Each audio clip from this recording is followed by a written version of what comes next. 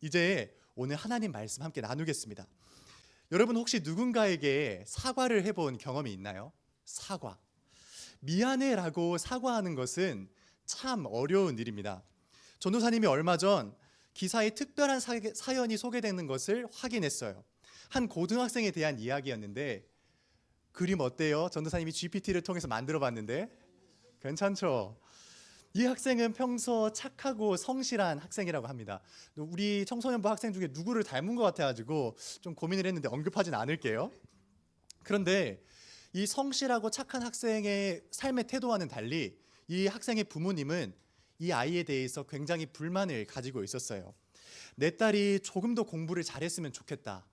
내 딸이 조금 더 공부에 많은 시간을 투자했으면 좋겠다. 이런 마음이 부모님 마음속에 늘 있었던 거예요. 물론 자녀를 사랑하는 마음에 자녀가 더 잘 됐으면 하는 그런 생각에서 그런 생각과 마음들을 품으셨던 것이지만 자녀의 입장은 조금 달랐습니다. 너무 힘들었고 때로는 죽을 것만 같이 고통스럽게 느껴졌어요. 결국 하루는 작정하고 어머니의 지갑을 훔쳐서 가출을 하게 됩니다. 한두 주는 그림 잘 만들었죠? 전도사님 만들었죠? 너무 뿌듯해. 한두 주는 정말 행복했다고 해요. 엄마 지갑 안에 있는 돈, 그리고 엄마 카드, 줄여서 뭐죠? 엄카. 엄카를 이용해서 내가 사고 싶은 거 하고 싶은 거 다 하면서 한두 주는 행복한 시간을 보냈다고 해요. 하지만 시간이 지날수록 좀 이상함을 느꼈던 거예요. 내가 이렇게 살아가는 것이 맞나? 나는 학생인데 공부를 해야 될 때인데 이렇게 사는 게 진짜 맞을까? 이런 회의감이 들면서 다시금 집으로 돌아가고 싶은 마음이 생겼다고 합니다. 문제는 집으로 다시 돌아가기에 자존심이 너무 상했대요. 상상을 해본 거예요. 집에 돌아갔을 때 부모님이 어떻게 반응할까? 그동안 부모님이 나에게 했던 태도를 봤을 때 이렇게 얘기할 것 같은 거예요. 거봐, 너는 가출도 오래 못할 거라고 생각했어. 공부도 오래 못하더니 너는 어떻게 가출도 오래 못하냐? 거봐, 너 같은 딸이 우리 집에 어떻게 감히 발을 디뎌? 너는 내 딸도 아니야. 뭐 이런 상상들을 해봤던 것입니다. 그래서 그런 조롱과 비난이 나에게 쏟아지진 않을까 두려운 마음도 생겼고 걱정되는 마음이 생겼다고 해요. 쉽사리 용기를 내지 못했대요. 결국 이 학생은 한두 주로 끝날 것 같았던 가출이 무려 2달, 3달이 이어지기 시작했습니다. 계속 고민했대요. 지금 돌아가면 너무 늦은 거 아닐까? 부모님이 나를 받아주실까? 이렇게 고민하던 끝에 결국 이 학생이 큰 용기를 내서 집으로 발걸음을 향했다고 합니다. 떨리는 마음으로 집 문 앞에 섰고 그렇게 비밀번호를 띡띡띡띡 누르는 순간 그 집 안에서 소리가 들리더래요. 딸이야! 삑사리가 났어요. 딸이야! 부모님이 딸이 오기까지 기다리고 계셨던 거예요. 문을 여는 순간 엄마 아빠가 뛰쳐나와서 우리 딸 잘 왔다고, 그동안 어디서 어떻게 지내고 있었냐고, 아무 말 할 필요 없다고, 고생했다고, 정말 고맙다고 그렇게 꼭 안아주셨다고 해요. 여러분, 아주 똑같은 사연은 아닐지라도 우리 이런 비슷한 경험이 있지 않아요? 누구에게 사과를 하고 싶은데 그게 부모가 될 수도 있고 친구가 될 수도 있지만 누군가에게 사과를 하고 싶은데 지금 사과하기엔 너무 늦은 거 아닐까? 안 받아주면 어떡하지? 이런 망설였던 경험 있지 않아요? 그러다 보면 어느새 시간이 흘러버리고 사과할 타이밍을 놓치게 될 때가 있죠. 오늘 본문 속의 둘째 아들도 지금 비슷한 상황에 놓여 있습니다. 이제 오늘 말씀을 주목해서 볼까요? 오늘 본문의 시작을 보면 아주 충격적인 장면으로 시작돼요. 어느 날 아들이 아버지께 찾아와서 당돌하게 이야기해요. 당신의 재산을 지금 받을 수 있게 해주십시오. 여러분, 이 모습이 상상이나 돼요? 오늘 예배 마치고 아빠한테 가가지고 어허, 아버지 오늘 저녁에 저에게 재산을 다 주십시오. 이렇게 할 친구 있어요? 아니, 반응 좀 해봐요. 있냐고요, 없냐고요. 아마 없을 거예요.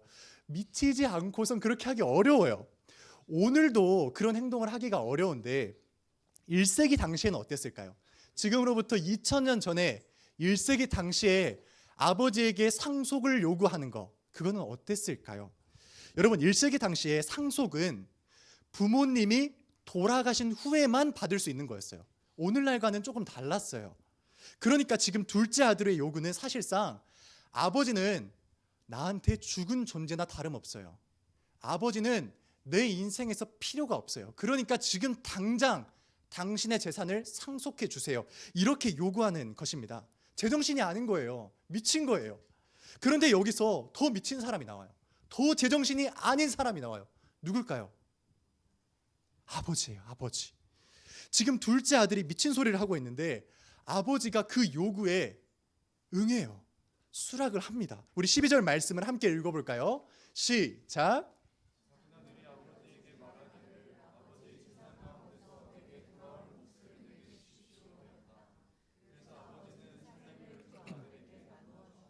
보세요. 아버지가 둘째 아들의 요구대로 재산을 아들들에게 나누어 주고 있습니다. 그런데 여기서 우리는 재산을 의미하는 살림이라는 단어를 주목해 볼 필요가 있어요. 이 단어를 성경 원문에서 보면 비오스라는 단어로 기록되어 있는데 이게 단순히 돈만 의미하는 게 아니라 생명을 의미해요. 뭘 의미한다고요? 생명. 그러니까 다시 말하면 둘째 아들이 지금 가져간 것은 단순히 아버지의 돈, 아버지의 재산뿐 아니라 무엇을 가져갔다? 아버지의 생명을 취해서 가져가는 행위라 다름이 없었던 거예요. 아버지에게 사망 선고를 한 것입니다. 여러분 2002년에 영국에 있었던 이야기를 잠깐 들려주려고 해요. 우리 용석이가 영국을 너무 좋아해서 전도사님이 여러 이야기를 찾다가 영국을 가져왔어요. 고맙지 영석아? 고마워. 당시 19살이었던 이 마이클 캐롤이라는 형제가 있었습니다. 이 형제는 생계가 어려워서 쓰레기 수거원으로 전전긍긍하며 사는 형제였다고 해요. 그러던 어느 날 우연히 영국에서 내셔널 로또에 대해서 알게 되고 재미삼아 그것을 구매했는데 덜컥 1등에 당첨이 된 거예요. 와, 그 당시에 얼마였는지 전도사님이 확인을 해보니까 약 980만 파운드. 이게 한국 돈으로 얼마인지 알아요? 180억 원. 대박이죠. 여러분 오늘 여러분들 손에 180억 원이 들렸다. 어떻게 할 거예요? 어떻게 할 거예요? 180억 원. 교회 공간을 구해야겠죠. 교회 공간. 19살 쓰레기 수거원이었던 이 형제가 하루아침에 영앤 리치가 된 거예요. 리치. 이 리치. 안 웃을 줄 알았어요. 내가 안 하려고 했는데 진짜. 리치가 된 거예요. 그래서 그날부터 그는 하고 싶은 걸 다 했어요. 슈퍼카, 명품 시계, 그리고 고급스러운 파티까지. 오른쪽에 파티가 있죠. 자기가 하고 싶은 거 다 하고 사고 싶은 거 다 사면서 살기 시작해요. 그런데 문제는 이 사람이 돈이 많아지니까 두려운 게 없는 거예요. 인생이 내 마음대로 될 것처럼 느껴지는 거예요. 그래서 나쁜 짓을 너무너무 많이 해요. 그리고 세상적으로 허랑방탕한 삶을 살기 시작합니다. 그 때문에 로또가 당첨된 2002년으로부터 4년이 지난 2006년에 모든 재산을 탕진해 버립니다. 4년 만에 얼마를 썼다? 180억. 말도 안 돼요. 그래서 그 결과 이 사람이 다시 어떤 삶을 살아가게 된지 알아요? 쓰레기 수거원의 삶을 살아가게 돼요. 원래의 삶으로 돌아갔다고. 이거 실화입니다. 여러분 근데 오늘 본문에 나온 둘째 아들의 이야기도 이 사람의 이야기와 굉장히 유사해요. 비슷한 이야기를 담고 있어요. 둘째 아들은 아버지의 재산을 손에 쥐자마자 바로 집 밖으로 떠나버립니다. 하지만 얼마 지나지 않아서 그는 모든 재산을 소진해 버려요. 그리고 결국에는 돼지 돌보는 일을 하게 됩니다. 여러분 당시 유대인들에게 이 돼지를 돌보는 일이 어떤 의미였는지 생각해 볼 필요가 있는데요. 레위기 11장 말씀을 보면 이스라엘 백성들은 돼지를 만져서도 먹어서도 안 됐어요. 하나님께서는 그 당시에 돼지를 부정한 동물로 여기셨기 때문이에요. 물론 지금은 먹어도 됩니다. 삼겹살 맛있죠? 네, 전도사님이 개그할 때마다 약간 두려운 마음이 들어요. 안 웃을까 봐. 근데 그 당시에는 돼지가 굉장히 부정한 동물이었어요. 유대인들은 그래서 돼지를 쳐다보지도 않고 돼지에 가까이 가지도 않았습니다. 근데 지금 유대인인 이 둘째 아들이 지금 뭘 하고 있다고요? 돼지 기르는 일을 하고 있는 거예요. 유대인들이 쳐다보지도 않는 그 동물을 기르고 돌보는 일을 하고 있다고요. 다시 말하면 둘째 아들의 인생은 지금 밑바닥까지 내려간 거예요. 더 이상 내려갈 곳도 없을 정도로 추락해 버린 것이에요. 하지만 중요한 것은 여기서부터입니다. 과연 이 아들의 인생이 여기서 끝날까요? 아니면 이 비참한 상황에서 어떤 다른 돌파구를 찾게 될까요? 둘째 아들이 지금 이 시점에서 하는 선택, 이 선택을 우리가 주목해야 합니다. 둘째 아들은 어떤 선택을 할까요? 우리 본문 16절, 17절의 말씀을 한 목소리로 읽겠습니다. 우리 시작.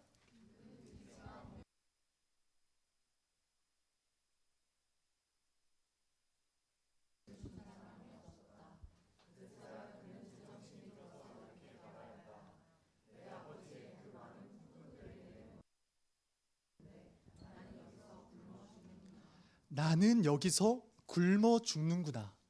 이 한마디 속에 이 둘째 아들의 상황과 마음이 다 담겨 있어요.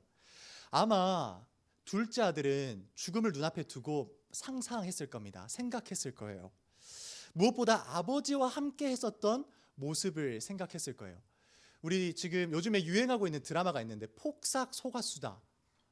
지금 전도사님 아내분도 지금 열심히 보고 있어요. 전도사님 어쩔 수 없이 한 번씩 보고 있는데 거기서 굉장히 따뜻한 이미지로 나오는 아버지가 나오죠. 이름이 양관식 맞나요? 감사합니다. 안 알아보고 지금 와가지고 양관식. 그 양관식 아버지의 모습을 금명이 맞죠? 금명이가 떠올리는 거예요. 우리 아버지 참 나에게 따뜻한 시선을 주셨고 언제나 진심 어린 말을 해주셨고 내가 갈 때마다 어떤 순간에도 나를 품어주셨는데 그런 생각을 둘째 아들이 이 어둠의 시간을 지날 때 했을 겁니다.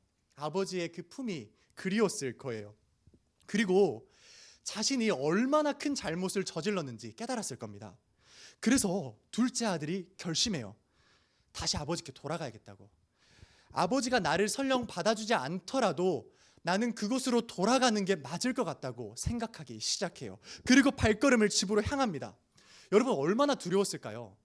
1세기 당시에 아버지가 생존할 때 상속을 받는 것은 아버지가 죽은 것이나 다름없다고 고백하는 것인데 아버지는 내 인생에 필요 없다고 아버지는 나한테 죽은 거나 다름없다고 이야기하고 집을 나갔는데 그리고 재산을 다 탕진해 버렸는데 집을 돌아갈 때 마음이 어땠을 것 같아요? 두려웠지 않겠어요?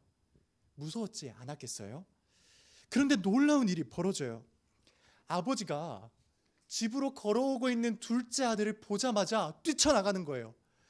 아버지는 아들이 돌아오기를 기다리고 있었던 거예요. 그래서 그를 보자마자 잘 왔다고, 너무 고생 많았다고, 그저 우리 함께 이곳에서 정말 기쁜 잔치를 열자고 그렇게 이야기하십니다. 여러분 이게 아버지의 마음이에요. 우리의 삶을 보면 둘째 아들과 같은 마음을 가질 때가 있습니다. 하나님 앞에서 우리의 마음가짐과 삶의 태도가 둘째 아들과 같을 때가 있기 때문이에요. 하나님을 사랑하는 마음도 없고 하나님과 상관없는 삶을 살아가는 것처럼 느껴질 때가 있어요. 그래서 그 모습이 부끄럽게 여겨지기도 합니다. 그런데 여러분 조금 민망하더라도 하나님 앞에서 내 자신의 모습이 조금 부끄럽더라도 둘째 아들처럼 하나님 앞에 나아가기만 하잖아요. 그러면 우리 아버지 되신 하나님은 지금 이 아버지의 모습처럼 우리를 꼭 안아주실 거예요. 여러분 이것을 기억해야 돼요. 여러분 오늘 본문은 여기서 끝나야 될 것 같아요. 해피엔딩으로 끝날 것 같죠. 재산을 다 소진하고 돌아온 아들을 아버지가 꼭 안아주면서 자랐다고 이야기하면서 끝나야 될 것 같아요. 그렇죠? 그렇잖아요. 고마워요. 그런데 여기서 끝나지 않아요. 이 무대의 조명이 갑자기 확 꺼지더니 스포트라이트가 갑자기 다른 곳을 향하는 겁니다. 한번 상상을 해봐요. 누구한테 향하고 있을까요? 첫째 아들을 향하고 있어요. 보세요.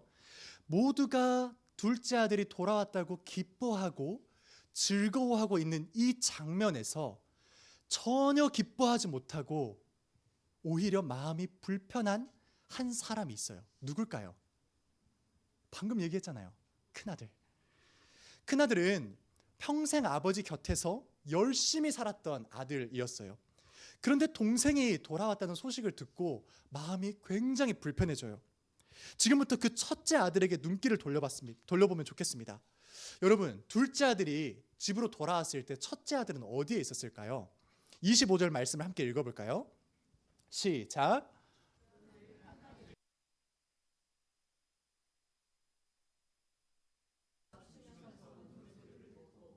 보세요.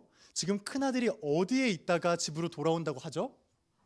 밭에 있다가 돌아온다고 하죠. 그러니까 이처럼 큰아들은 그 시간까지도 성실하게 아버지를 위해 일하고 있었던 거예요.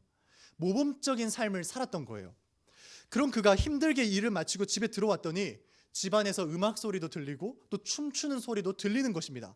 상황을 살펴보니까 둘째 아들이 돌아왔고 아버지가 그 아들을 위해 잔치를 벌이고 또 송아지를 잡았다고 하는 겁니다. 그런데 그 소리를 듣는 순간 이 첫째 아들의 마음 가운데 서운함과 분노가 치솟기 시작해요. 왜요? 여러분, 큰아들의 입장이 되어보세요. 나는 한 번도 아버지를 떠난 적도 없고 늘 아버지를 위해 순종했고 맡겨진 일에 최선을 다했는데 왜 이렇게 네 가지 없는 자식에게만 아름다운 사랑을 베푸시는지 도무지 이해가 되지 않았던 거예요. 그러니까 서운함과 억울함이 폭발해버린 것입니다. 그래서 아버지에게 마음을 쏟아붓기 시작해요. 보세요, 아버지, 저는 여러 해 동안 아버지를 위해서 열심히 섬겼고 아버지의 명령을 어긴 적이 한 번도 없습니다. 그런데 아버지는 저를 위해서 작은 염소 새끼 한 마리라도 잡아주신 적이 있습니까? 없잖아요. 그런데 저 네 가지 없는 사예요. 네 가지 없는 둘째 아들을 위해서는 어떻게 송아지를 잡아줄 수가 있죠? 심지어 아버지의 재산을 다 가져가서 탕진하고 돌아온 저 네 가지 없는 자식에게만 왜 은혜를 베푸시는 거예요? 이렇게 큰 첫째 아들이 얘기하고 있는 거예요. 여러분, 첫째 아들의 말이 틀려요, 맞아요? 맞죠. 하나같이 맞는 말이에요. 틀린 말이 하나도 없어요.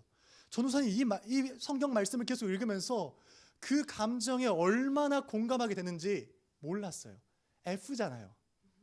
우리 T들도 공감할 거라 믿습니다. 주의 말씀은 역사함이 있습니다.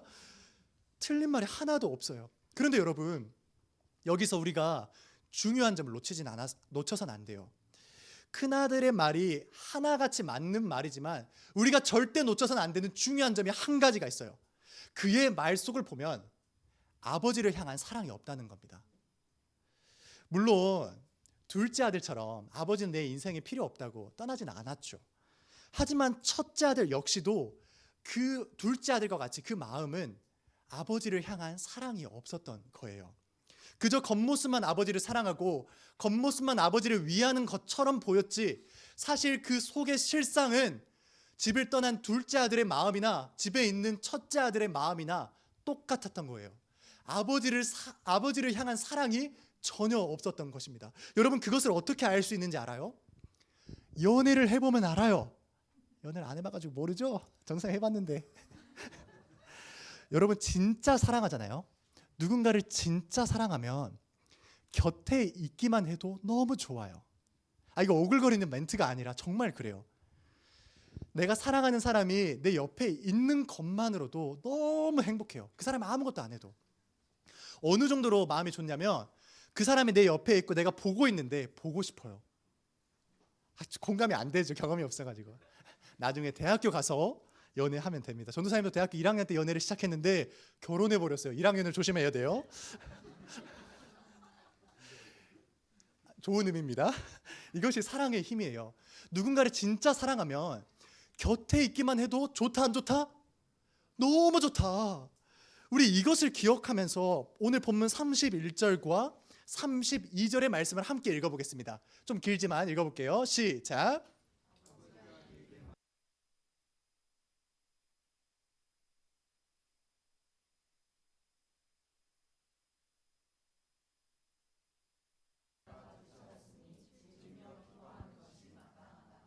여러분, 첫째 아들의 이야기는 우리에게 참 많은 생각거리를 던져줍니다.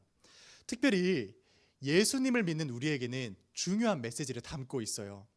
겉으로는 우리가 문제없어 보이고 예배에도 지금 여러분들처럼 잘 참여하고 말씀도 읽고 기도도 하지만 우리의 마음이 첫째 아들처럼 메말라 있을 수 있기 때문이에요. 여러분, 오늘 우리는 두 가지 이야기를 살펴봤어요. 둘째 아들의 이야기, 그리고 스포트라이트가 바뀌어서 첫째 아들의 이야기. 둘째 아들은 집을 떠나서 모든 걸 잃고 돌아왔지만 아버지가 환대해 주셨죠. 그리고 첫째 아들은 늘 아버지 곁에서 성실히 살았지만 정작 그 마음은 아버지를 향한 사랑이 없었습니다. 우리의 모습은 어때요? 여러분들의 모습을 생각해 봤을 때 여러분들은 둘째 아들의 모습에 가깝나요? 아니면 첫째 아들의 모습에 가깝나요?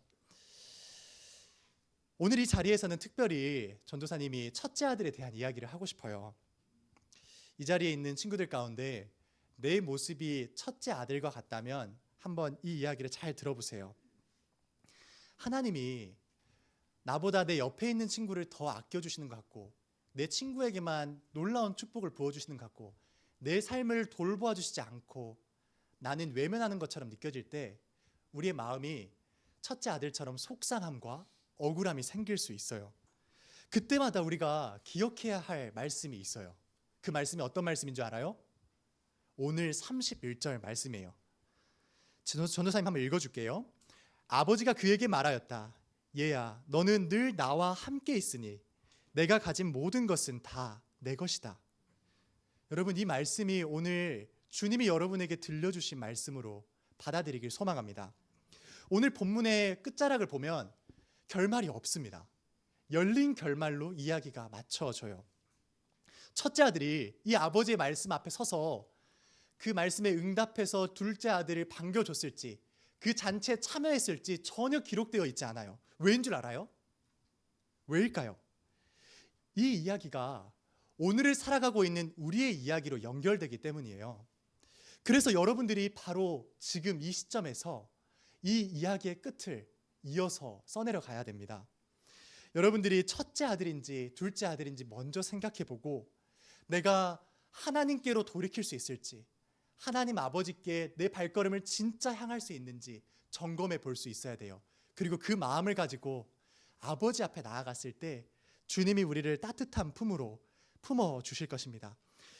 바라기는 이곳에 있는 저와 여러분 모두가 하나님 아버지의 마음을 알고 아버지 곁으로 가는 우리 청소년부 친구들이 되기를 주님의 이름으로 축복합니다.